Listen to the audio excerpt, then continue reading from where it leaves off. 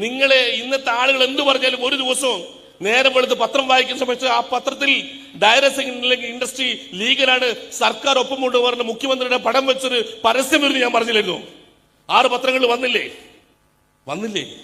എന്ന് വിശ്വസിച്ചൂടെ? എന്നാ അടുത്ത പ്രഖ്യാപനം നടത്താൻ പോകുന്നത് direct selling industry legal company list അടുത്ത 2 മാസത്തിനാണ് നമ്മൾ പുറത്തുള്ളൂ. വിടുവിക്കും സർക്കാരിനെ കൊണ്ട്. അതിലെത്ര കമ്പനി ഉണ്ടാവും പറയാൻ എന്നെ കൊണ്ടാവില്ലേട്ടാ. ചിലപ്പോ 40 പേര് രജിസ്റ്റർ ചെയ്യും, ചിലപ്പോൾ 20 ആവും, ചിലപ്പോൾ 10 ആവും, 5 ആവാം, 4 ആവാം, 3 ആവാം, 2 ആവാം. ഒരൊറ്റ കമ്പനിയുടെ പേരുള്ളെങ്കിൽ അത് MI ലൈഫ്സ്റ്റൈൽ മാർക്കറ്റിംഗ് ആയിരിക്കും.